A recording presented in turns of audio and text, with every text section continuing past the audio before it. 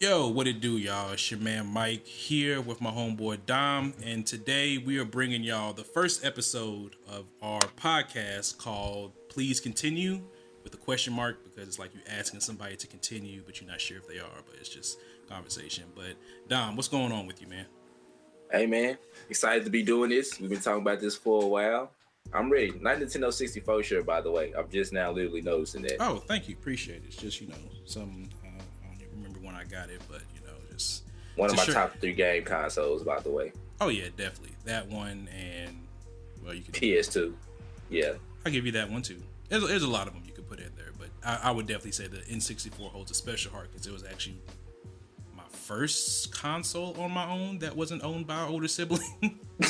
Oh yeah, that's even more. Yeah, that's even better right there, then. Oh yeah, definitely. But so as I said, we're starting our podcast. Basically, it's just the idea that we've basically been kicking around for probably like the past year or so, and now we just finally decided to just go ahead and say F it and do it. So, as far as the podcast go, starting out, we're gonna be just kind of testing the waters, seeing how we want to format it, how we want the segments to go, how long we want it to be. So starting off, you'll probably see us do maybe 2 a month, maybe 3. And then as we kind of get more into a rhythm, we'll hopefully be able to do it on a weekly basis. But for y'all that don't know about podcasts, sure, it looks cool and everything, but there's a lot of recording, editing. It's a lot of work. Finding stuff, research, it's just not, you just press record. But there's a lot of stuff that goes into it to make it seem seamless. So we do appreciate y'all coming to us with the experience, but welcome to the first episode. And to start off, we are going to start off with our first segment of what we've been watching. Dom, what have you been watching? Well, mostly a lot of animes lately. Young Justice Season 3 has finally came out. Young Justice Outsiders season is ended already, but we will be getting some more. Unfortunately, it's all the way until June. I've been watching that.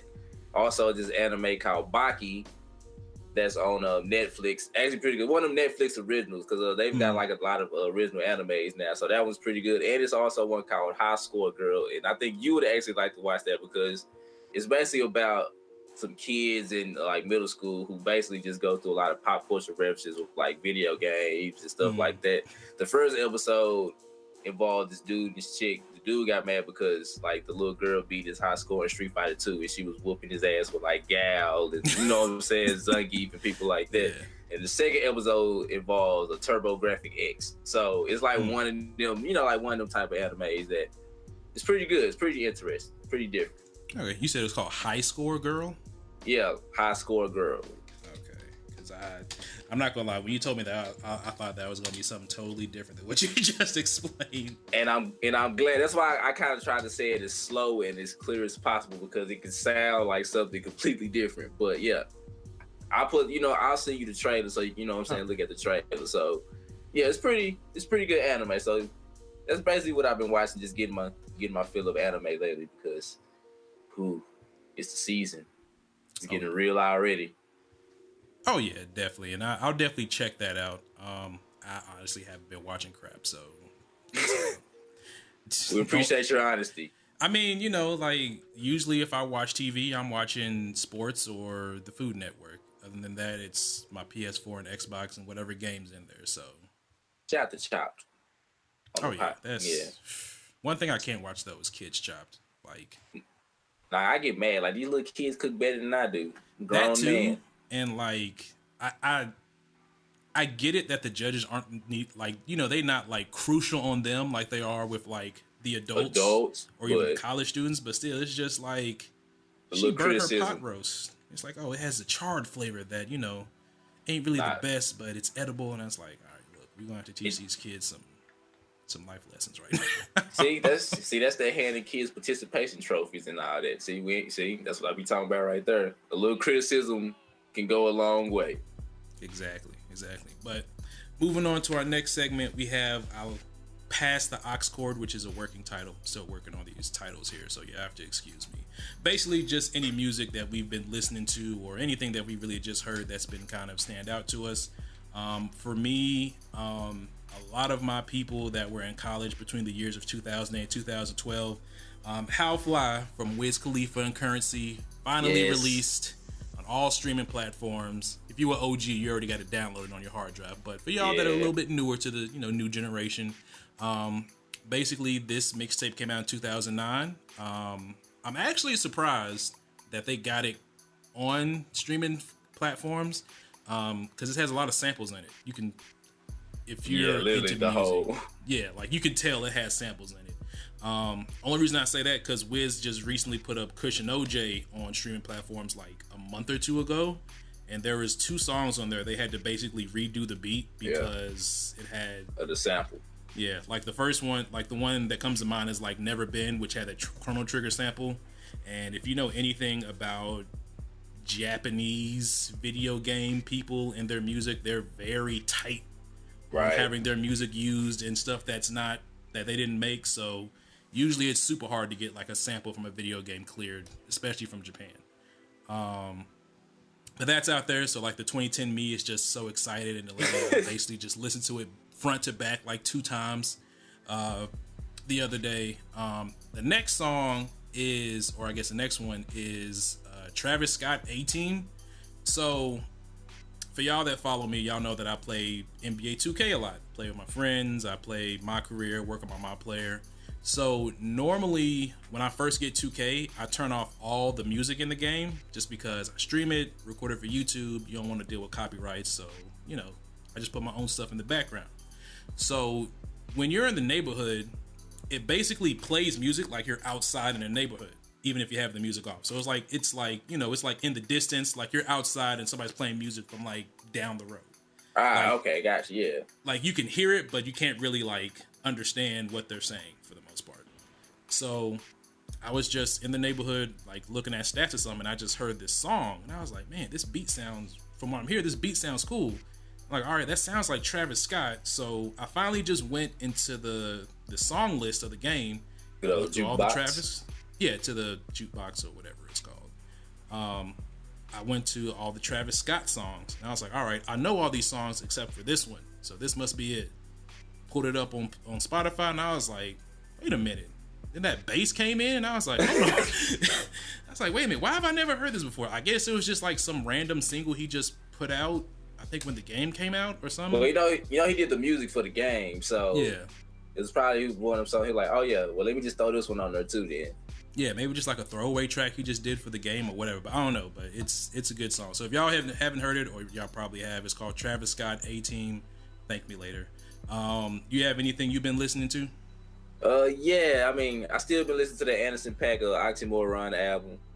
Fantastic album, especially that song Anywhere that he got with Snoop Dogg. It's one of my favorite songs on the album. And he got a song called Cheers, which is kind of like dedicated to Mac Miller. So. That's another one of my favorite songs as well. It's this song called Echo off the new Swizz Beatz album, Poison. It's featuring Nas. That's all I need to say. Nas rapping over Swizz Beatz beat. And look, I love Nas, but for everybody that knows, one of my biggest criticisms on Nas was he was horrible when it came to picking beats. Yes. So now he's on, rapping over Swizz Beatz. So yeah, that's a fantastic song. Really just a little bit of everything. I'm like kind of more of a blues head, so I've been kind of listening to like a lot of old like Johnny Taylor and Marvin Cease and Mel Waiters and stuff like that. And also for all you parents and all you older people that be trying to talk about the music now is nasty and we vulgar. Boy, y'all was wilding back then too, because your man Clarence Carter and Theodis Easy, they wasn't playing no games out there. Clarence Carter was whatever. But yeah, that's mostly what I've been listening to. Dope. You saying that, I'm trying to think of the name of the song. Whatever song that Pusha T has on the Swizz Beatz album was really good as well. I'm super mad they didn't put like a drum loop or something in it, like during the hook where he wasn't saying anything. But I was like, all right, if anybody's gonna rap on a beat with no drums, I can listen to it with it being Pusha. Oh, also the song with the Locks and Kendrick Lamar. That's also. I have a love-hate relationship with that song. I'm like, wow, the song is good, but god dang, can Kendrick give me a 16, an 8 or something? I was so looking for it. I was like, all right, you got. I was too. You got Styles P and Jadakiss going back and forth. All right, you got Kendrick on the hook. All right, they're gonna bring Kendrick in for like half a verse or something at the end, and I was like, all you had was ad libs. Basically, ad libs and a hook that he was kind of like half just bipolar on, just doing wild shit on. So. Yeah, something dirty. That's all. That's it. That's all he was doing basically. But nah, I'm with you though. But yeah, I love the song. But like you said, give me a 16. Exactly, or something like if I hear Kendrick in the lyrics, I'm like, all right, I need bars from Kendrick, not a hook. Yeah, because he ain't one of them people that you can just. Oh yeah, and also the song "A Lot" with 21 Savage and J. Cole. Actually, 21 Savage album actually, as a whole, was way better than I expected. I'm not even gonna lie. You can tell he's like grew up and matured a lot, like as a rapper. Oh yeah, definitely. You could tell that he's definitely one that has, I guess you could say, elevated his sound. Right. Basically, just off his last projects, which they were all right, but nothing that I would listen to. Yeah, like It's an Album isn't something that I'm going to be playing multiple times. But this one, I'm not going to lie. I pretty much saved most of the album except for maybe like three or four songs. Yeah, see, exactly. Because I'm the same way. But that was what we've been listening to. So now we are going to get into the games that we've been playing. And since we are recording this in the beginning of February, we got a whole month of January games to go through. Ooh, Lord. I will let you go first, Dom, because I know you've been playing some very horrifying games. That was a good segue because I'm gonna start it off with the Resident Evil 2 remake. First of all, I will just like to say that if you're gonna do a remake for a game, this is like the gold standard on what y'all gonna have to do, because basically it is a story of Resident Evil 2, but you know what I'm saying, they kind of switched it up, updated it. You know what I'm saying? They're using the Resident Evil 7 engine, and for those of y'all that play Resident Evil 7, y'all know that was a creepily beautiful game, horrifyingly fantastic, but they're using the controllers from Resident Evil 4 with the over-the-shoulder camera. So fantastic game. F Tyrant, because I could just be over there chilling trying to solve a puzzle. Then next thing you know, here he come busting through the door, punching me out of nowhere. So that, obviously, Kingdom Hearts 3 is a game that everybody's been playing. Now, I ain't that far. I just got it. I just was able to crack it open. But from everything that I'm playing, the game was great. Donald is still complaining and being Donald, which is awesome always. So I've been playing Kingdom Hearts 3, which I'm pretty sure you've been playing that as well. Actually, way farther than I am. So forget you on that one. And I did just recently beat Detroit Become Human on PlayStation 4, which is made by Quantum Realm and Quantum Dreams Studios, which they did Heavy Rain and Indigo Prophecy on the OG Xbox.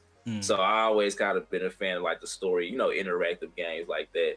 The story is very interesting. Basically, it's humans and androids, and the androids are basically trying to gain show we more than just machines, basically kind of like on some old our robot type stuff. Jesse Williams is one of the main robots that you play with. So fantastic storytelling. I'm already through with the first playthrough. I got to play through it again because obviously it's multiple endings and stuff. So yeah, those are like basically the main 3 games that I've been playing, because next week got Jump Force coming out. So yeah, I need to go ahead and get through these games right now before that comes out. What about you? So basically what I've decided to do this year, I've decided to set a budget and for all the games I'm going to buy that month. So for January, I basically had 4 main games that I've played and bought. One of them I actually beat. The other one I'm still working on. The first one is Onimusha Warlords. I guess you could say the remastered version.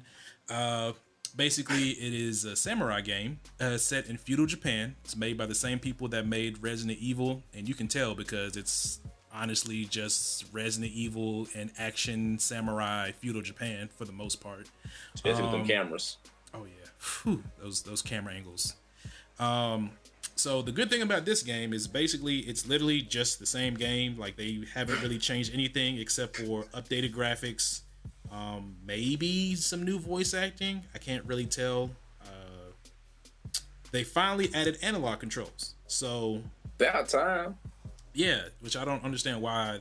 Like, because this came out on the PS2. Too, yeah. So it had an analog. I don't know. Maybe it's supposed to be a PS1 game, and they made it for PS2 because it came out the same year the PS2 came out. So who knows? But basically, for y'all younger people that don't know, tank controls is what you had to use before there was analog sticks. So basically, you would push left or right on the D-pad to turn, and then you had to press forward to move forward. Meaning, if you wanted to actually move diagonally and left, you couldn't. You had to turn, then move that direction. This is what deterred me from playing the game before this came out, because I have it on my PS2 emulator on my computer. And I was like, I like samurai games. It's like, no, I'm not doing these tank controls. Nah. Other than that, the game is pretty short. I beat it in about 4 hours and 10 minutes. Dang. And that was basically doing just about everything in the game except for getting the best sword in the game, which I understand that people want that back in that time they wanted to add more length to their game, but basically to get the best sword, you basically got to do like you know how like in certain games they'll put you in a room with enemies and you got to beat it and then you go to another room, but if you die or you go like you leave the room, you got to start all the way back over. Yeah. So you have to do that, but you got to do it for 20 levels. What? And then you don't get any health until like after the 9th or 10th room. What? And here's the crazy thing. So after you beat those 20 levels, you don't even get the sword. You get an ocarina that you use to unlock the room where you get the sword. But check this. Guess where you get the sword at? Right before you fight the final boss of the game. So if you die. Wait a minute. So no. Yes. What? So this is also Bruce Lee game of death type situations going on. So basically, you get the sword right before you fight Kareem Abdul-Jabbar. Is basically what you're saying. Basically. But the thing about it is like the sword is like the most powerful weapon in the game. So like it one-shots everything else in the game except for the final boss. So I basically did all that to only still have to fight the final boss regularly anyway. For the most part. So after I found that out, I was like, all right, screw that. I'm not doing that. Other than that, like I said, it's a good game. Like it's only $20. So I mean, like if you're into those type of games, not a bad buy. Also, the only bad thing is that you can't skip cutscenes. So if you die, like I did on the final boss 3 times, you have to watch that long cutscene, which is weird because the final boss, like you don't even know about the final boss until you get right before you fight him. It's like, hey, my name is Super Demon Dragon Guy. I'm the final boss. I'm like, all right, I've literally never seen you before this point, or have heard your name mentioned before this point. So let's fight. Right. I mean, epic. But I mean, pretty much it's like, old school samurai. So it's a pretty good game. Like I said, if you want just some like quick, you can beat in one setting if you want to, or a couple of days. It's a really good thing. Next, we have Y2K. So this game is an indie role-playing game. It's made by ACKK, I think that's how you pronounce it, Studios. I bought it on the Switch. It's on Steam, Steam, PS4, and Switch. So basically think Earthbound mixed with the flair of Persona. Ooh. Basically, it looks... you just have to look it up to kind of take a look. But basically, it looks like a very cartoony-ish, polygonal-ish game. It takes place in 1999, so it's supposed to play on the whole Y2K phenomenon at that time. You basically play as this kid named Alex. He just graduated from college. You start the game going back home, trying to decide what you're gonna do with your life. You basically go into your home, and the home, actually, the inside of the home is a replica of the house from Full House. So if you're a 90s baby or a 2000s baby, there's a lot of references in here that you will be so glad that they put in there.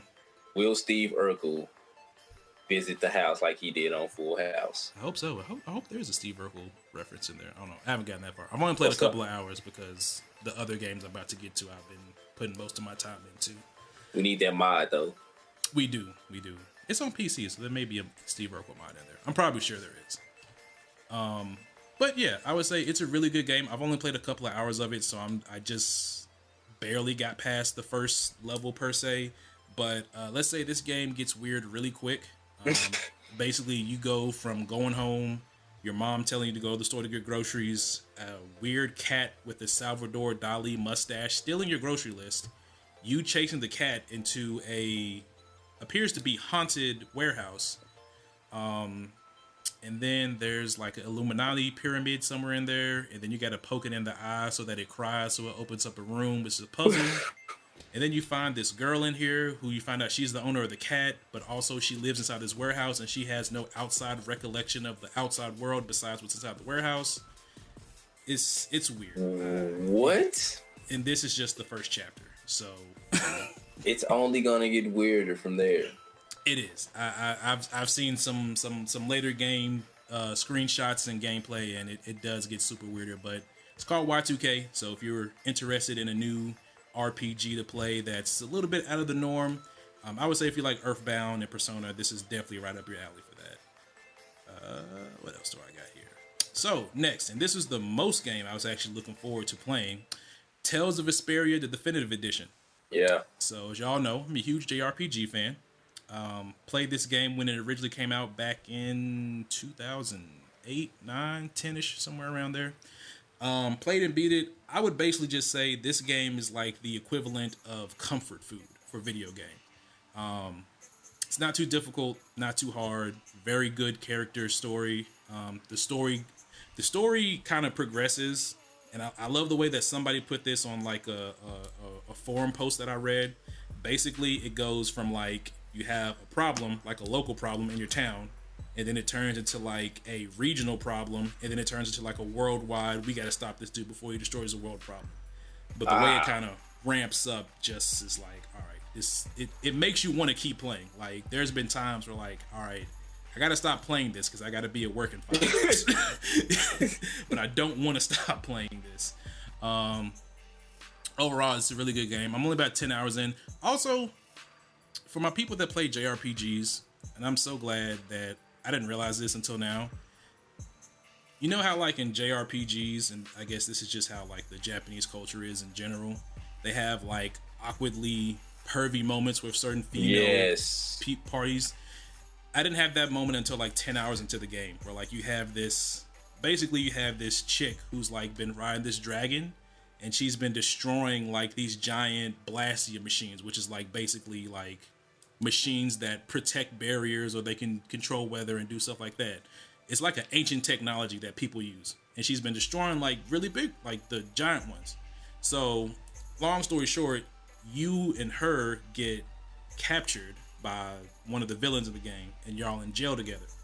You don't know it's a her until like she takes off her, she's wearing like really heavy armor, so you can't tell if it's a boy or a girl. So once she takes it off, and you're like, oh hey, it's like a probably somewhere in her early to mid 20s, really hot chick. She's basically like a hot elf for the most part. She has like long ears or whatever. So it's you and her. So just your main character, nobody else in your party, and her. So y'all are talking. It's like, hey, how about we work together to get out of here? She's like, all right. So y'all fake a fight to get out.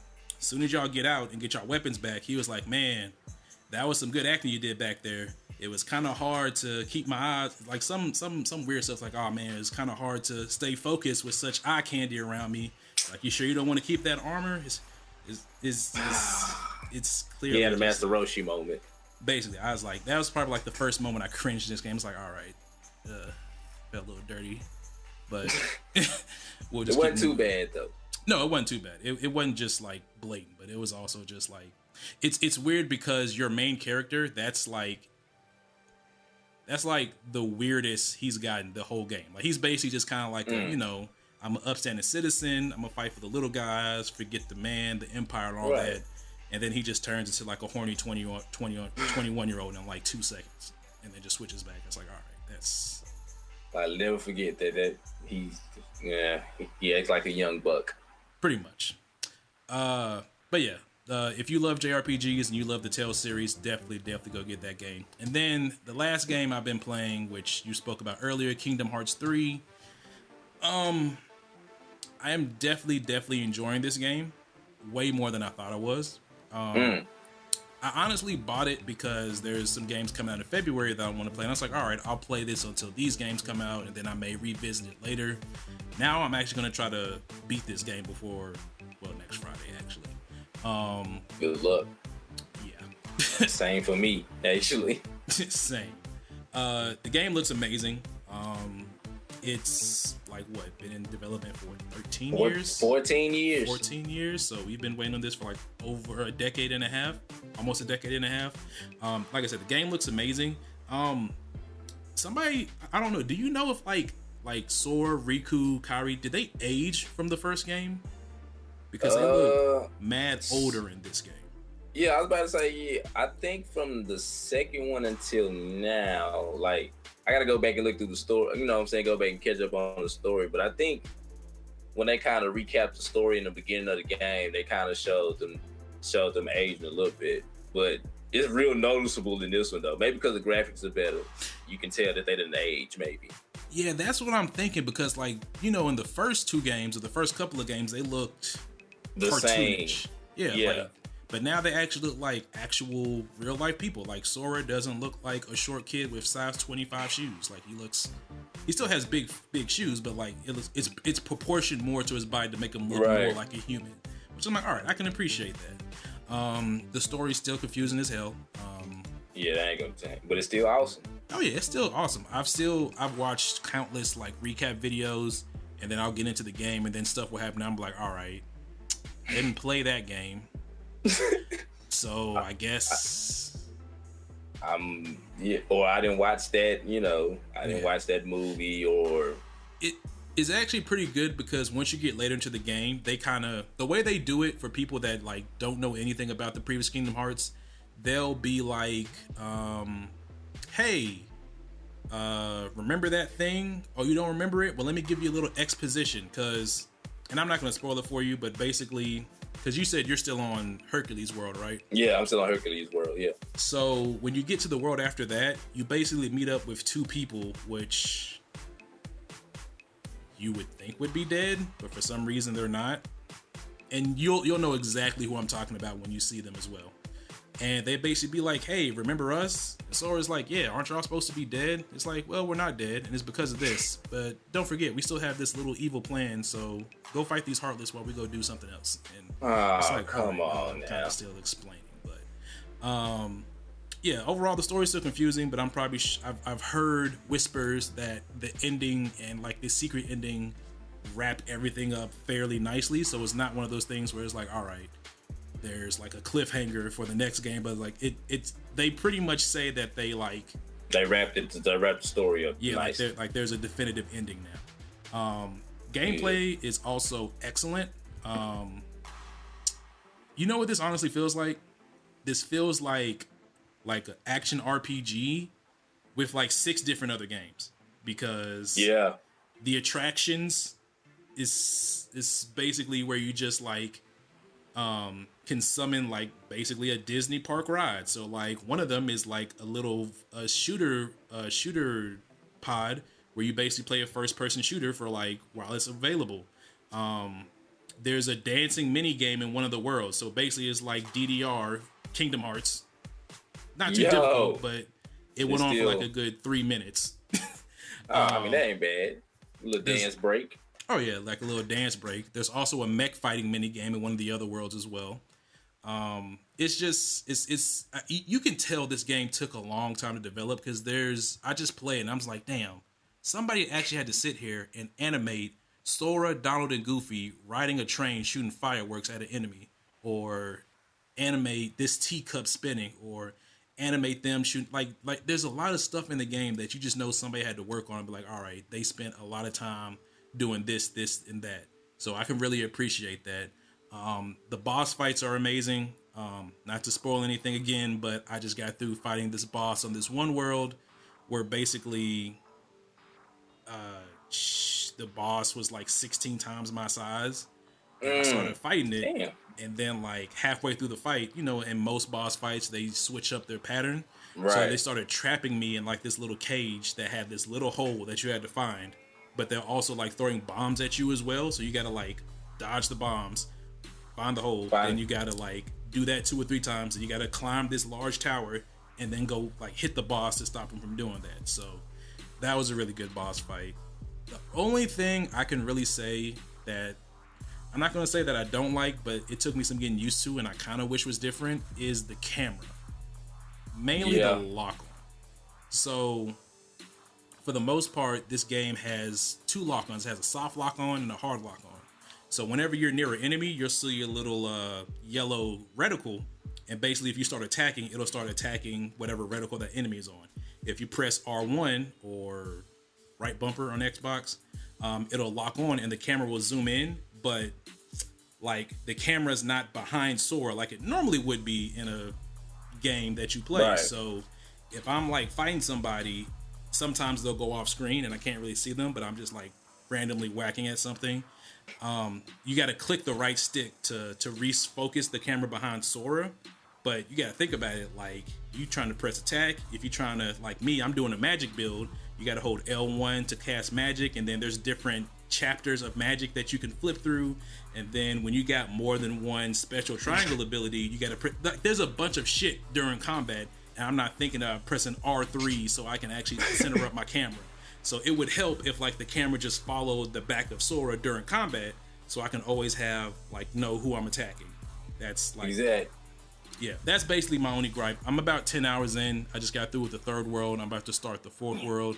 But yeah, it's just so much stuff for this game. And the gummy ship, like the gummy ship is basically it could honestly be its own game now. So you know how like in past Kingdom Hearts, it basically once you got in the gummy ship, you would go from point A to point B. Right. Now it's free. Now it's open world, so you can go wherever. You go anywhere. You can go anywhere. Like you can just fly in one direction. Oh. So, and there's like little stuff. So there's like these little spears, like little puzzles that you got to shoot to unlock, and you get loot. There's like these little mini boss fights. Some that you have to go find. Some that you'll just automatically be put into. And the way that gummy combat works now is you'll see the enemy. So like say if I'm flying, I'll see a 1-star enemy. Once you fly towards that enemy, it basically turns into Galaga, where you just gotta shoot. Yeah, you basically like a row of people, and you basically just shoot them. You don't die, and it's like Wave, so it's basically just like Galaga. And then you get like a ranking system. So if you get like an A, which is the highest, you get more stuff for your gummy ship and currency. And it honestly could really be its own game if they wanted to like make it into like a little port game that they put off to the side. Yeah, I need to hurry up and get to that point. You say you 10 hours in. I don't even think I made it to hour 1 yet. So yeah, I'm behind drastically. Oh, I mean, nah, you good. I mean, I think you get after you leave Hercules, you get the gummy ship. So, okay, well, yeah. I'm also gonna forewarn you. Hell. After you beat Hercules level, it's gonna be about a 30-minute cutscene you gotta sit through. 30? I was playing it on stream, and you beat the Hercules, and then there's some story stuff. There's a fight that you play. I'm not gonna tell you who you play as, but basically you play as a very souped up character, and it kind of gives you an idea of what Sora's gonna be like once you get him leveled up. But that only lasts for like a couple of minutes. But from the time that you in Hercules, from the time you get on the gummy ship to go to the next world, somebody in my chat said like, yeah, you've been in this cutscene for like 36 minutes. God dang. Yeah. That's some old Hideo Kojima type stuff right there. That's what I was saying. It's like, damn, am I playing a Metal Gear game? Like, what? Man. Like, I just kept saying that. It's like, why am I not playing the game right now? Like, all right, I get it. You want to tell me what's going on, but like... That is a long time. I'm glad. Thank you for the warning. Definitely. Also, there's this weird thing where Sora learns what a cell phone is and how to use it, which is totally hilarious. So you can use a Keyblade, but you don't know how to use a cell phone. Basically. And he didn't even know he had it until somebody called him. He's like, what's this? It's like, oh, that's a cell phone, Sora. It's like, what's a cell phone? It's like, all right. But yeah, it's one of those games that like the more that you play it and explore it, it's just the more that opens up and you're just like, all right, I can see why this game took so long. That it's honestly what I would compare it to.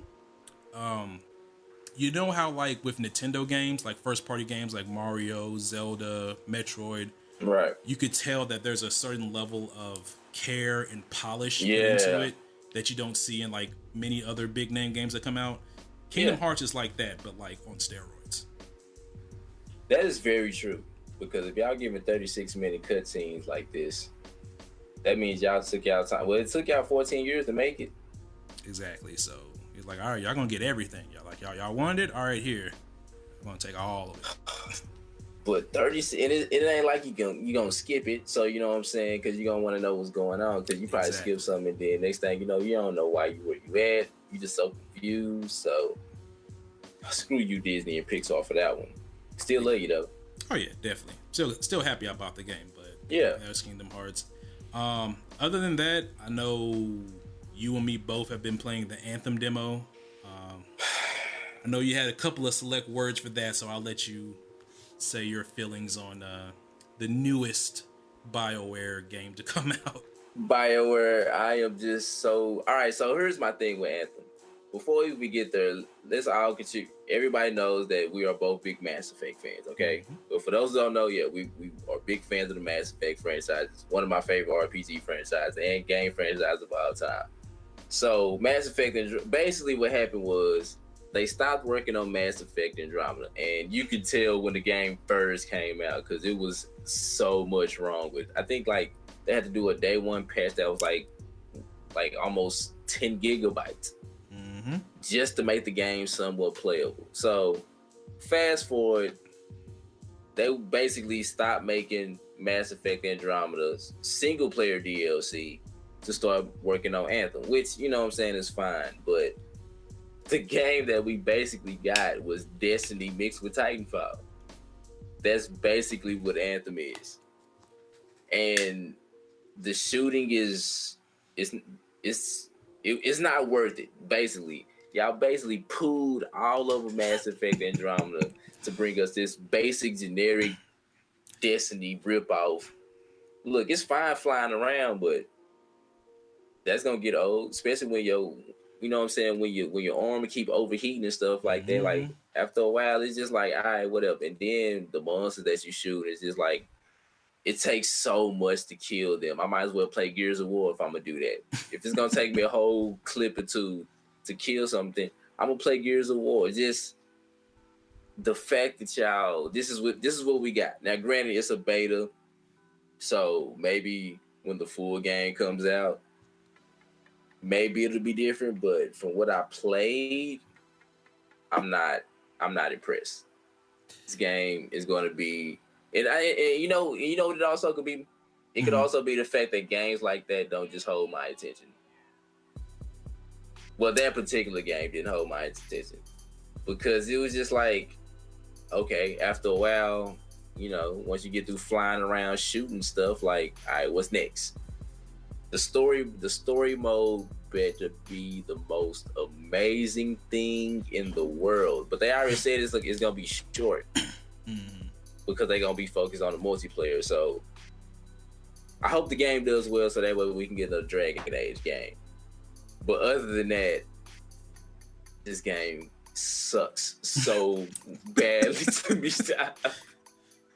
So, I mean, yeah, as far as Anthem goes, that's probably not going to be a day one buy for me. I'm going to replace that with Crackdown 3.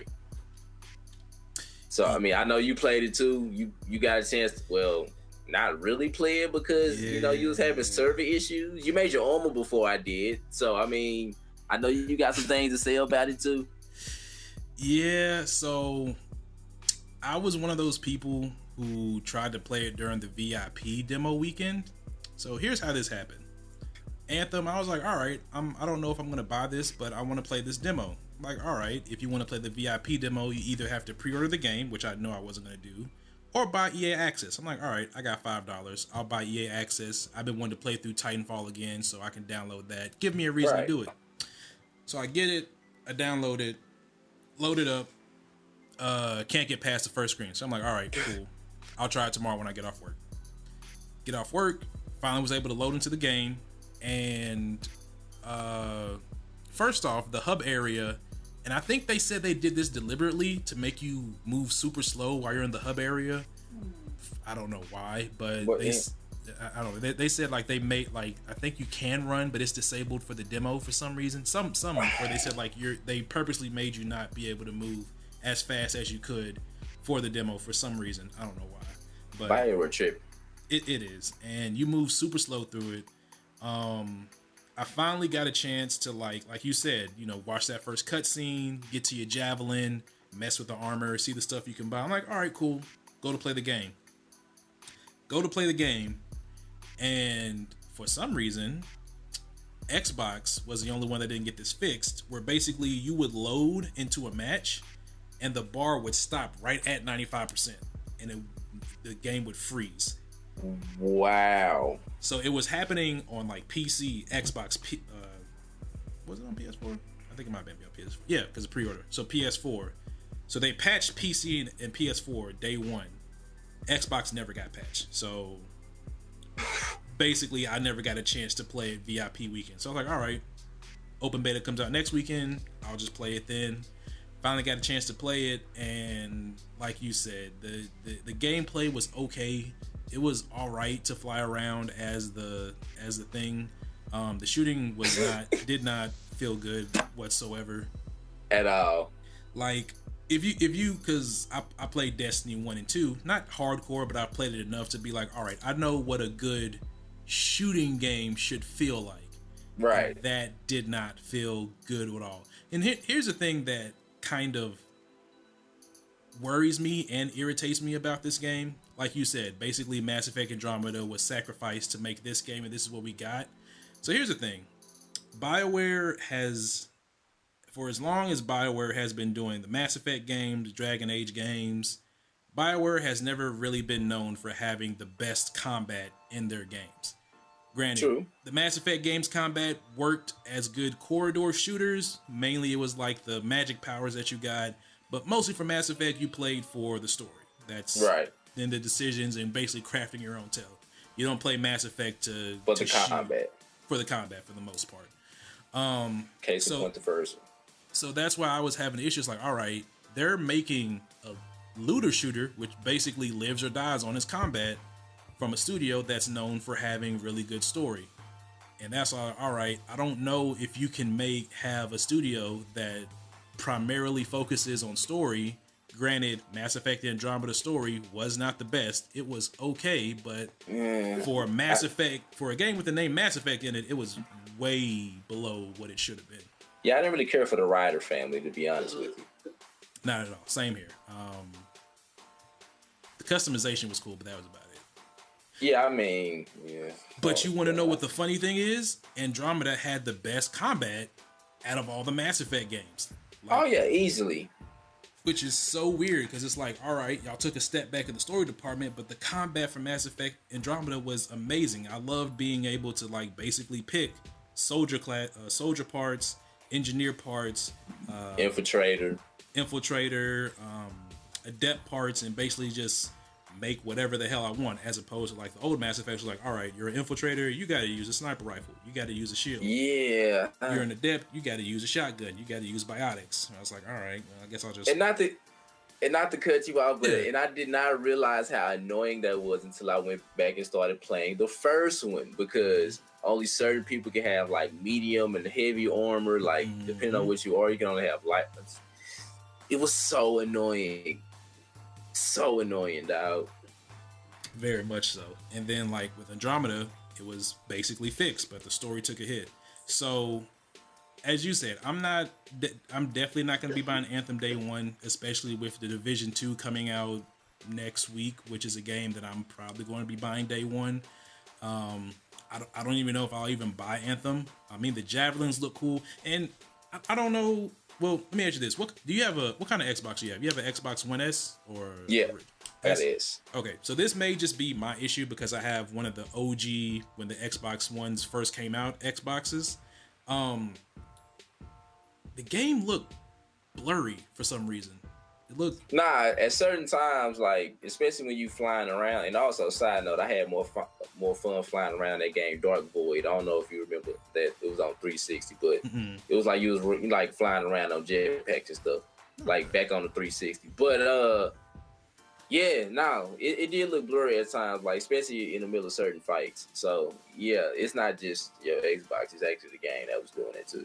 Okay, so I didn't know because like I would watch people stream it, and I know they were probably playing on the PC, but like it looked fluent, it looked smooth, like it looked like visually appealing. Yeah. And then when I played it, I was just like I swear to you, I think when I was playing the game, it was I know it wasn't running at 60 FPS. It had to either be running at 30 or like somewhere between 30 and 24 because it was not moving smoothly for me at all. So. Ooh, yeah, that also could have been an Xbox situation too. Yeah, so that's why I was like, all right, you know what, I'll wait on this. And also, the thing that I also don't like about this is basically with the other looter shooters, like I said, the Division and Destiny, if you want to solo queue in those games, you can. You just want to play through the stories by yourself, you can. You want to go play Crucible or PvP by yourself, you can.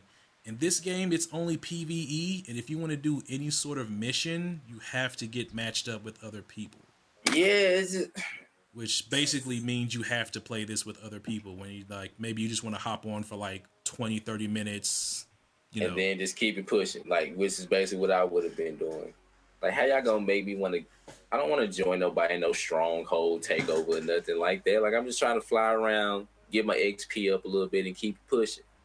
Exactly. So, I don't know. I mean, I hope, like you said, I hope it does do well. So that'll help us get, another Dragon Age, maybe a Mass Effect reboot or something along those lines. But anything besides Anthem, basically. So we'll see. Hopefully, it'll be one of those things where maybe when it comes out, it's not the best, but 6 months, maybe a year down the line, they do a rehaul update because there's been plenty of games that's dropped and had very successful futures. Oh yeah. First one that comes to mind is like Elder Scrolls Online. Yeah, because when it first came out, it was super glitchy. Assassin's Creed, was it 3? I can't remember what Assassin's Creed game was, but I know they had to do like a 9.5 gigabyte update. Oof. Day one. Ooh. Day one. But like after a while, the more updates you got. I mean, Mass Effect Andromeda, like to me, like luckily I waited a while before I decided to get it again. So I got all the updates with it, and it was at least serviceable enough to play when I got it compared to when you first got it. Yeah, I was a day one adopter. And I respect that. You stuff that I was looking and reading, I couldn't do it day one. Yeah, nah. As soon as that game got announced, I was like, bye. You know what the funny thing is, and now that I look back on it, if Mass Effect Andromeda was like the same game but didn't have the Mass Effect name on it, it actually would be like a pretty decent game. I agree. It would probably be like I'll probably say like a 6, 7, maybe even an 8 out of 10. But the fact that it's like in the Mass Effect universe and you're comparing it to the original trilogy, which granted, depending on how you feel about it, 3 had that little fiasco with the ending, which I'm like, even the extended cut didn't really help. Yeah, but I mean, it's like, to me, I was like, all right. I kind of looked at it as like, all right, I know this ending didn't really do everything you wanted to do, but I kind of looked at it as far as like the journey, not the destination type when I went to right. Also shows like how rabid their fan base was, that they basically made the studio make an ending for the game, which also that's true. Did not work in Andromeda's favor. It's like, hey, what is this shit? Nah, real. Oh man, that's why Mass Effect 2 is forever the GOAT. Exactly, but like I said, we'll hope it does. We'll hope it does good. But besides that, I got like 2 more things on here. Did you get a chance to play the Jump Force demo? Yes, I did, and I need that game right now. So I think you and I may have had 2 totally different demo experiences.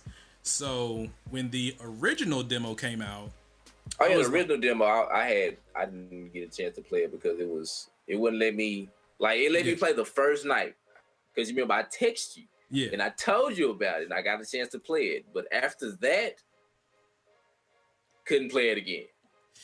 So basically, what happened with the Jump Force demo is, and I have no idea why studios do this, or maybe it's just a Bandai Namco thing. So you had a 3-hour block from when you could play this demo, and it was honestly based off of West Coast and Japanese time. So basically, the first day the demo came out, I was at work, didn't get off till by the time it ended. So I was like, all right, I'm off Saturday and Sunday during these times. I can play the demo for that. They were like, oh, we're sorry, the online isn't up to our standards, so we're going to cancel the last 2 days and do it at a later date. So I'm like, all right, well, guess I'll just wait. So they finally announced it, and they were like, hey, we're going to be doing the demo on, and I remember this vividly because I looked at it while I was at work, January 28th, 29th, and February 2nd.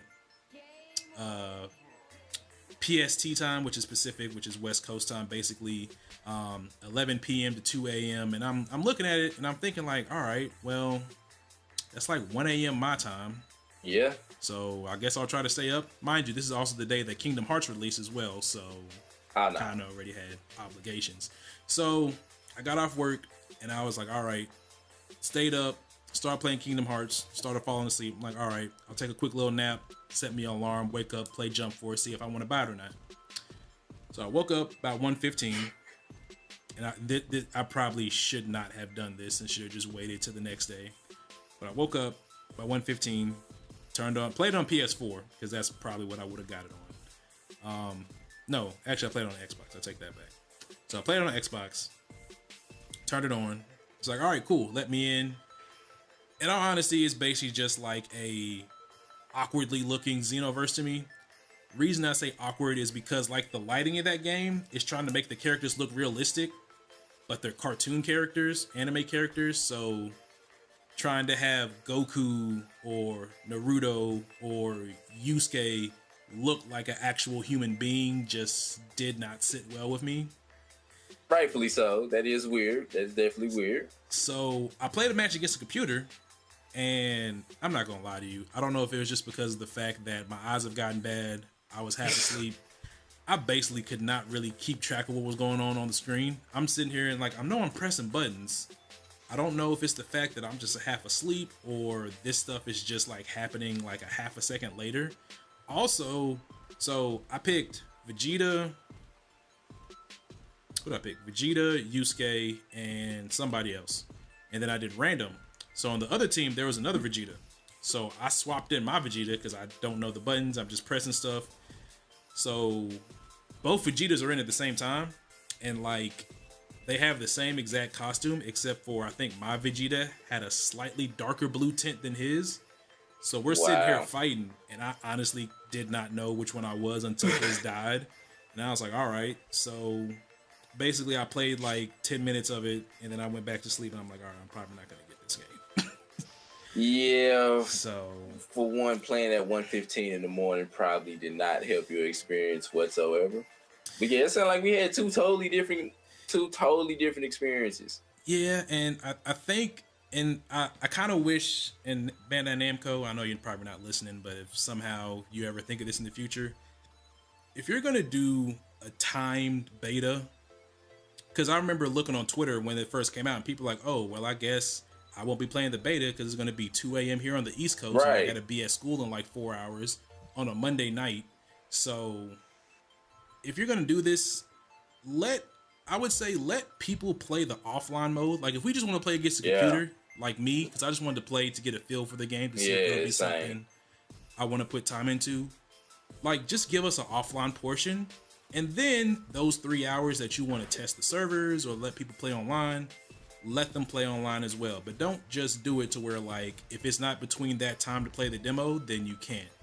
And I know the only reason they did that is because it's set up like Xenoverse, where like whenever you load into the game, you're loading into a server with other online people. So if you don't have access to the internet, then you can't play the game, basically. Which is the dumbest thing ever. That's how Battlefield was. Yeah, very, very much so. So I don't know. I may get it at a later point. I may try it again. Black Friday or something. Yeah, wait till like it goes on sale. Maybe it gets half off or something. But because like I said, honestly, all I want to do was just make a black character with the Yugi hair. Like that's literally all I wanted to do. You can't go wrong with that. I mean, at all. That actually would look probably pretty nice. Exactly, because you know all about customizations. Yeah. Shout out to Tekken 7 for this. Oh yeah, definitely. And then the last game I have on my playlist for this week was actually a game that actually dropped technically yesterday, since now it's past midnight, but Apex Legends. So this is a not surprise game that came out from Respawn Studios, the people that brought you Titanfall 1 and 2. So this is a battle royale game, and I got to play like one match before we started recording, and from what I've seen, it's basically PUBG meets Overwatch. So it's your typical battle royale game. So you drop in, you got to pick up weapons, you know, you got to go inside the circle, you got to basically outlast everybody. The thing about this game, it's team based. So you're on a team of 3 and you're up against other teams of 3. I forget how many total there is. I want to say 30. It's some number divided by 3, so like 30 or 60 or something like that. Nice. So basically, it's like a Overwatch, but with battle royale, because you have different characters, they have different abilities. So of course, you got like the healer, you got your soldier DPS, you got your tank who can take a lot of damage. You know, it starts off with 8 characters. They said they do plan on adding about 15 more characters in the future, so you will get more heroes in the future. The gameplay feels so good. Playing that game, I was like, damn, I wish Anthem had this type of shooting in the game, because it's so tight. Whenever you shoot, it actually feels like you're actually shooting. You get that little rumble on your controller. It's like, all right, I'm actually hitting something, and it's great. I guess they tried. So apparently the Apex was in Titanfall 2. I don't know. I haven't played fully through Titanfall 2 because they said like your character that you play in the game gets invited to their whatever at the end of the game or something like that. Oh yeah, so yeah, I ain't get that far. I haven't got that far either, but it feels great. I played it on the Xbox. I'm gonna test it out on PS4 and PC just to see if there is any differences from console to PC, but it felt amazing on Xbox. Like, it moved fluently, looked good, didn't have any issues. I will say that I am not the best BR. Actually, I don't play really BR games at all. I think I maybe played Fortnite once since it came out. Ooh, man. Played my first match, and I was the first person to die in the game. And it's funny because whenever the first person dies in the game, there's a little thing that comes across the screen that says First Blood, and then it says the character's name. So, like, basically let everybody know, it's like, hey, Mike Titan 50 died first. Wow. Like, thanks for the even more embarrassment. Definitely. But it's a good game. I'm definitely looking forward to put some more time into it. It also has, surprisingly, a deep amount of options for console, which I'm probably sure there's more for PC. Like, you can... there's like a bunch of it. Like, you can change how the reticle aims. You can change the aiming style if you just want like a pure point and click like PC, or if you want different stuff. There's also like a streamer mode that hides the names of the people you're playing with and against. So I guess it tries to kind of combat like stream sniping as well. So there's a lot of thought that was put into this game. Some stuff that I've read is like basically they were developing Titanfall 3 and it basically became this. Oh, okay. I got you. Because I know they did say a Titanfall sequel was supposed to come out. So yeah, then of course after they announced this game, it's like, oh yeah, we're currently not working on Titanfall 3, which I'm like, of course you're not, because this basically that would make too much sense. Yeah, so but that's Apex Legends. It's on PC. It's on PC, but you got to play it through Origin. PS4 and Xbox, so I would definitely say check it out. It's got if you're into the whole BR scene, it's definitely a good one to try. Yeah, I might have to try that out one time, just to test it out. I don't know who's gonna be on my team though. Just random people, and I was just like, all right, well, you know, y'all go y'all way. If we win, then I'll see y'all then. So right at the crossroads. Definitely. Did you have anything left on your game list, or anything else you were playing? Nah, that's about it. Now I need to go ahead and And I know this is so sad considering when the game came out, I need to go ahead and beat Horizon, considering that I do got the Definitive Edition without a DLC. But the control, I don't know, like the controls just feel so weird to me. They take some getting used to. Yeah, it takes some getting used to. So I ain't got time to be trying to get used to that right now because I'm playing, Kingdom Hearts and, considering that Crackdown 3 is about to get ready to come out next week. And, Destiny 2 and Jump Force. And at the end of the month, Dead or Alive 6 comes out. So, yeah, I'm going to be poor. I'm going to be playing a lot of games, but I'm poor, but I'm going to be happy. So that's all that matters. Oh, yeah, definitely. I would definitely agree with you with that on Horizon. Basically, I played probably 80% of Horizon, and then I went back and beat it like early last year, and it took me a long while to get used to the controls as well. So yeah, it's just weird. Like I said, you get what I'm saying. Like for everybody that done played Horizon on PlayStation 4, y'all know what I'm talking about as far as like the controls being weird. Definitely. All right. Well, after our playlist, I got a couple of gaming news stories here that I thought would be kind of cool for us to just kind of touch on before we get off. So the first one, and this actually just dropped recently today. So Xbox Live will be coming to Switch and other platforms. Basically, Microsoft plans to have some sort of Xbox Live feature for the Nintendo Switch. I think I also saw for mobile games. Basically, what it's hinting at is that Xbox is trying to set up cross-platform gameplay for certain games. It looks like it's starting with the Switch. I think it's mobile, of course, not PS4 because PS4 doesn't like anybody. But didn't they kind of start doing that with Fortnite already, though? Like as far as like. So they did, but that was basically it's through Epic because basically what the rumor has been is like basically it's super easy to do cross-platform.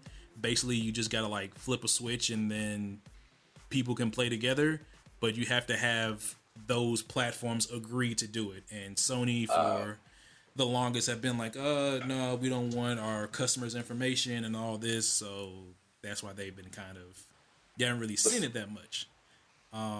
Sony's also the same people that said, "Well, we need backwards compatibility for it," but now it's rumored that PS5 will have backwards compatibility, though. Yeah. Some stuff during the PS3 era for Sony was not their best times. Nah, it definitely was not, dog. Not at all. Because I know, but I'm with it though, because I think, especially for like the Switch. I mean, I know you got one, so you'll be able to, confirm this or not. But I know the online for the Switch is not the best. So I think adding like Xbox Live party chat, and stuff like that would be helpful, especially for games like, any Mario parties or, Mario Karts or any of the Mario games or just anything in general, because I think a lot of the Nintendo Switch lineup has been getting a whole lot better. So yeah, I think adding Xbox Live on Nintendo Switch is probably going to be beneficial, especially for both of them. Next thing you know, we're going to be seeing Marcus Phoenix show up in like Super Smash Brothers or something. I tell you, I'm calling it now. We're going to see Master Chief as one of the DLC characters for Smash. And then, I don't know, if they can somehow get Gordon Freeman in Smash as well, you'll have the ultimate crossover game from all the consoles. Nope, because that's what that's going to do. Where we get another Half-Life game. All that's going to start right back all over again. And then you'll be like Half-Life 2 on the Switch. Just like they did with Bayonetta. All of a sudden, Bayonetta is a Nintendo Switch exclusive. I'm like, what? I just played the first one on the 360. And now we got to wait for 3 to come out, which I'm interested to see how or non-censored that's going to be. Yeah, I'm gonna have a Switch by then. Not because of that, but because I want to Switch, especially since they having a lot of deals lately. Oh yeah, definitely. So the next story I got here was one that I just read about. It's actually for a game that I've been looking forward to, is Metro Exodus. So I think this was actually announced a day or two ago. So Metro Exodus has moved to the Epic Game Store exclusively for the first year, for 1 year. Basically, for y'all that don't know, the people that make Fortnite Epic, they have their own PC clientele launcher. During the Game Awards, they announced they're making their game store, kind of like how Steam has their storefront, Epic has one now. There's been a lot of talks of them giving a better percentage to developers that put their games on there. So you've seen a lot of more games go over there. I know the Division 2, I think, is going to be exclusive there on PC. There's talks of maybe Destiny going over there since they're no longer with Activision. We don't know about that. Yeah. But the thing that makes this story kind of weird and also a little messy. So Metro Exodus was actually available for pre-order on Steam. So this is something that just recently happened. So the thing about it is that instead of like refunding the people their money back, they're just going to be like, hey, you're still going to be able to play the game on Steam and you're still going to be able to get updates, but you can't basically buy the game anymore on Steam. You got to buy it through Epic. What? And it was funny because Steam kind of threw some shade at Metro Exodus. Because on the store page, like when this first got announced, you could still buy Metro for like a couple of hours afterwards. Right. And then after that, they cut it off. So of course, Steam had to kind of fend for themselves. They says like, due to contractual obligations, the developer of this game has no longer made this game available for sale. It's going to be on another PC launcher. And they said some real spicy stuff where they were like, we were not made aware of this, and some, and I don't know. If you go to the Metro, save face.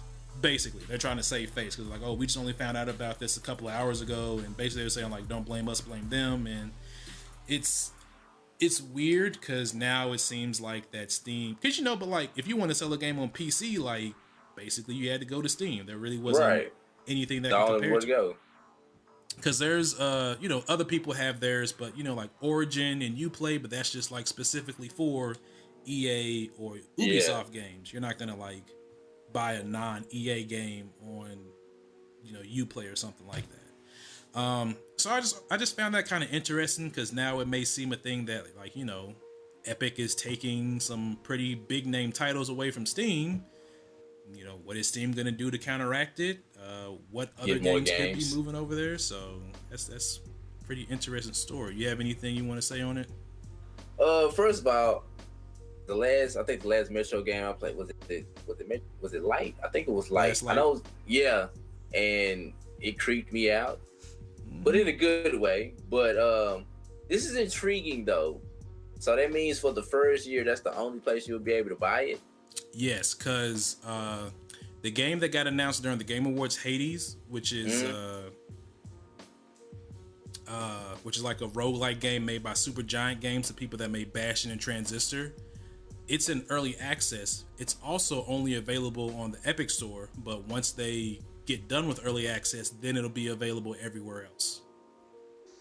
Okay, hopefully this works out for them, but if they have any type of complaints as far as like the game didn't do what they wanted to numbers wise, they can't blame nobody but themselves. Yeah, that's definitely true. I also think because this is actually the first time this has actually happened to Steam, so I'm probably sure in the future they're gonna start putting like clauses like, hey, you said you're gonna have your game in our store, you gotta have it here for X, Y, and Z, or basically something where somebody can't just like pull out after a game's already been made purchasable and have them looking like, well, like we can't really do anything here. So because then there's money they gotta pay back too. Exactly, which also makes sense why they didn't issue any refunds. But I guess that's just business for you nowadays. But so man, the last story I got here, and this is something I actually just found out about today. Bandai Namco reveals Dragon Ball Z RPG Project Z coming out this year in 2019. Allegedly. Basically, it just looks like a cel-shaded Dragon Ball Z game that takes place during the Z Saga. The trailer is up on Games Radar. That's where I got the article from. I'm gonna hate myself for this because I know I'm gonna buy this game. I know this is gonna probably be like the 30th time I've bought a Dragon Ball game where I played through the Z Saga in some different shape, form, or fashion, but how can you not? Yeah, but I don't know.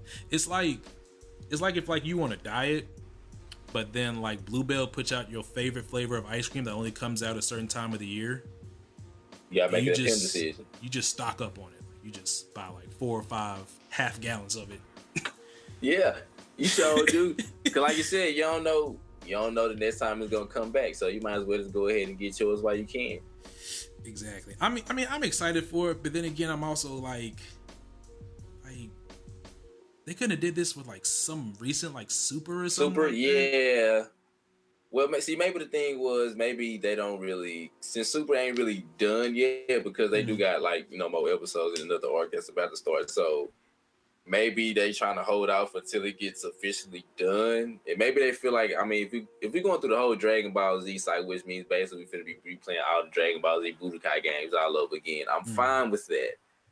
I just want to see what the RPG elements is gonna look like and how it's, and how it's gonna look. Because I think that's what I'm most intrigued by. Because if we in a Dragon Ball universe, I might as well play Dragon Ball Xenoverse 2. But an actual RPG Dragon Ball Z game, I'm kind of intrigued to see, how that is. Same here. In all honesty, when I first heard about this and watched the trailer, I'm like, so this is basically going to be like the Legacy of Goku games from like the Game Boy Advance, just in 3D. Because like, I don't know, because like in the trailer they showed him fighting Vegeta when the Saiyans first came. Yeah. They showed him going Super Saiyan. They showed Krillin getting blowed up. Like they basically showed all like the main Dragon Ball Z plot points that you can see, but like, are you gonna be able to play as like I'm honestly interested to see how, like you said, the RPG elements are gonna work, because like the only gameplay they showed was just like Goku walking in front of Kame house, walking in front of Bulma's house, walking in front of his house. So it's like, is this gonna be a turn-based game? Is this gonna be a real-time game? Like, is there gonna be parties? Are you just gonna play solely as Goku? Like, I hope not. Like, I have so many questions, but we gotta wait for the answers. Yeah, we just gotta wait. But I don't know. I feel like I'm gonna buy this game and I'm just gonna regret it. Not because it's gonna be a bad game, but just gonna be like, bro, like I could probably write a memoir about the Dragon Ball Z saga at this, like, scene for scene. But all I want to know is, can we relive every moment that Yamcha died? Because think about it, he got blew up by the Cybermen. Damn.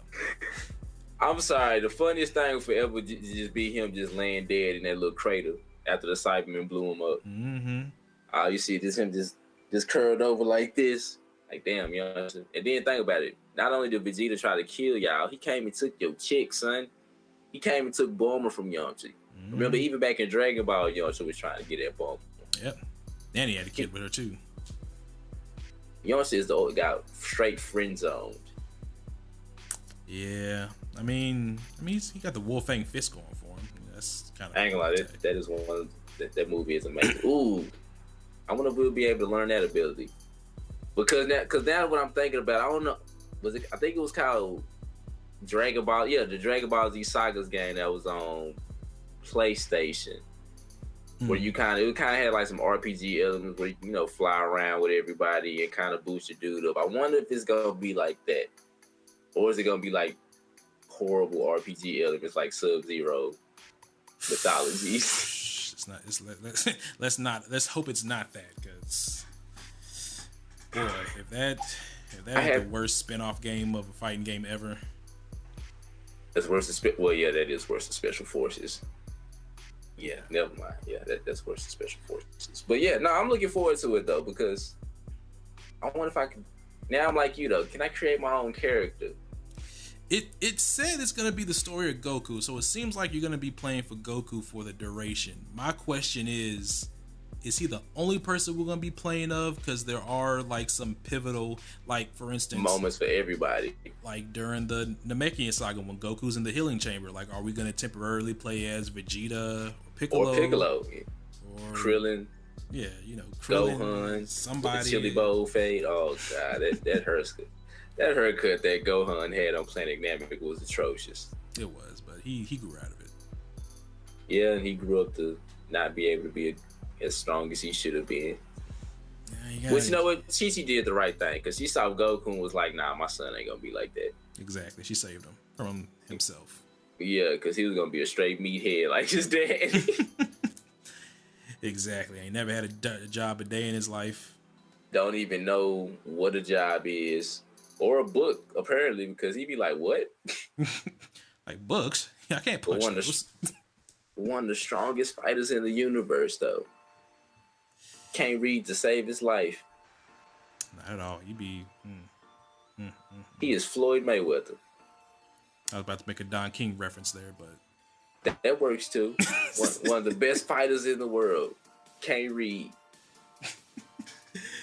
But yeah, I'm definitely looking forward to it. So hopefully with some more info drops, we'll be able to see what type of game it is. But yeah, that's basically all I had for here. Yeah, anything else you wanted to go over or? Just, I'm kind of intrigued with the fact that PlayStation is skipping E3 this year. Well, Sony as a whole, you know what I'm saying? Sony as a whole decided to skip E3. Now they are already talking about being in works with the PlayStation 5, so I'm curious to see when they're going to try to announce that or, you know, what they're going to do, especially considering that they are saying it's going to be backwards compatible. Now, my question is, how far back is the backwards compatibility going to go? Because to be honest with you, if it doesn't go towards the PS2, then I'm sorry. It's not even going to matter because nothing against PS3 because PS3 has some phenomenal games, but if I can't play no PS2 games. Like, if I want to go get Def Jam Fight for New York on PlayStation 2, I want to be able to put that in my PlayStation 5 and be able to play it. So I'm just kind of intrigued by that to see what Sony's going to do, especially considering that, damn, just got this PS4. Yeah. So it's like, now I got to save up to get another one. Like, come on, son. Yeah, I'm like that as well because my whole thinking is like, all right, at this point, because, you know, they just recently, you know, they put out the PS4 Pro, Xbox One S, Xbox One X. Like, my mind is thinking, it's like, all right, in the upcoming console generations, if there is more, like, how much more powerful can you make these consoles? Without just getting a PC. Basically. Like, because I honestly, I feel like at this point, where if you get, like, an Xbox, a Switch or PS4, you're basically getting it for the exclusives, like God of War, the Uncharted's, MLB The Shows. Yeah, the MLB The Shows, the Marios. Xbox, I really don't count because like most of their games you can basically play on PC now. Yeah. At least their first party games you can play on PC. Yeah, you're right. So except Gears of War. No, you can play Gears of War 4 on PC. Well, never mind. Scratch that. I actually just found that out. So like I went to the Microsoft store for something.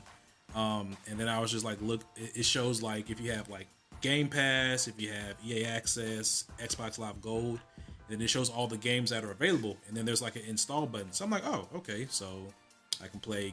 I actually need to try that out, actually. Gears of War 4 on my PC, Forza Horizon 4 on PC. Yeah, and there's like on PC for that. Oh yeah, definitely do. Yeah. And there's like two other smaller games like Recore and then this fake ass Wave Racer game, which oh god, I'm good.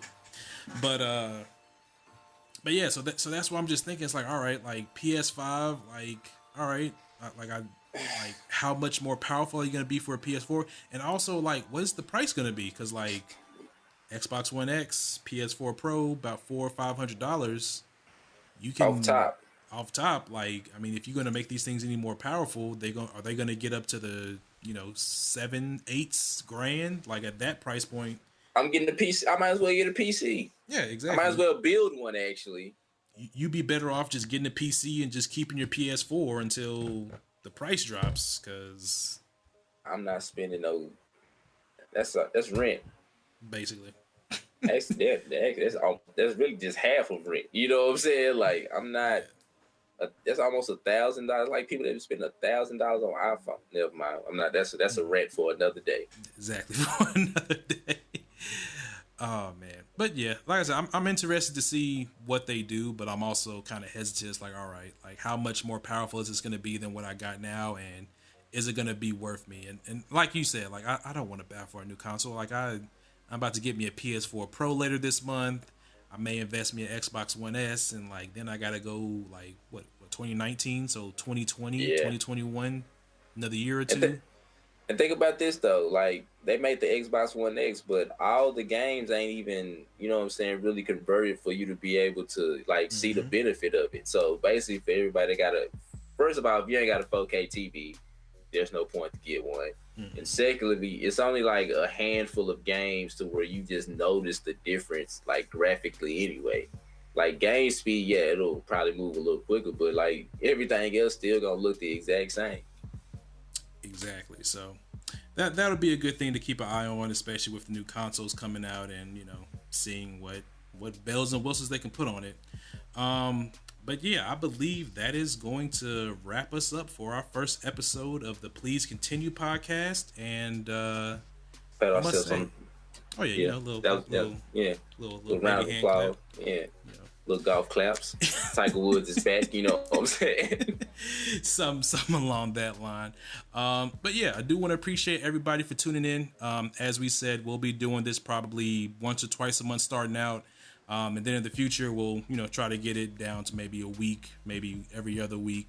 Basically, you got anything you want to plug or say before we get out of here? Well, I guess since we plug and stuff, I'll go ahead and plug my YouTube channel, Euphoric Trip. All the comic book reactions, trailer reviews, anything that you want to see, go ahead and check us out on YouTube. And I know you got several things that you need to plug, sir. So go ahead. Oh, I mean, the YouTube Mike Titan music channel, Mike Titan Music, Twitch Mike Titan 50. Just Google Mike Titan and you'll find me. You also will find a bodybuilder who lives like in California. I think in the search bar I've out searched him by now, but yeah, if you see like a big bodybuilder dude, that's clearly not me. So, yeah, I was about to say, that's about it. We just looking forward to doing this. Gotta get a grip on stuff and figure out some more efficient ways to do this. But like I said, I had fun doing this. Same. Said hopefully by the next time we do the episode, we'll have those February 15 games played a little bit so we can. Oh man. Well, I'll be reviewing Jump Force then, obviously, since you're not gonna buy it. I'll be the one discussing that then. Okay, I got Far Cry Metro. Well, yeah. See, I'm not getting either one of those. I forgot about Far Cry. So yeah, see, boom, it all works out then. Exactly. All works out. Well, we want to appreciate y'all listening to the first episode of the Please Continue podcast. If you want to find the podcast, it will be on both of the YouTube channels we specified before. I will also be putting this up on SoundCloud as well. So if you're listening to the audio version, thank you for listening. If you're watching on YouTube, just go follow the SoundCloud as well. You'll be listening on there to your free beats and I don't know. What's funny? I ain't been on SoundCloud in forever. I installed the app and then I uninstalled it like not too long after I did it. Yeah, it's like I have it because like I have beats and stuff up there, but like I don't ever check that stuff. Yeah, and then like most of the stuff that I want, they ain't even got on SoundCloud. So what's the point of having it? Yeah, so I don't know. It's just the easiest way we can get it out until we can find a more. Because I want to get it like on the streaming sites, but yeah, that's gonna take a lot of bells and whistles right now. So yeah, I got to figure out the legalities of that, and also I think you got to pay to upload it too. Which yeah, you do. Yeah, it's like a monthly fee. Oh well, baby steps. Steps. You know what I'm saying? Whole pimping right now. Baby steps. Well, as I said, I want to thank everybody for watching. Whatever time you're listening to this, morning, evening, afternoon, dusk. You guys have yourselves a wonderful rest of your day, and we will catch you on the next episode. Peace.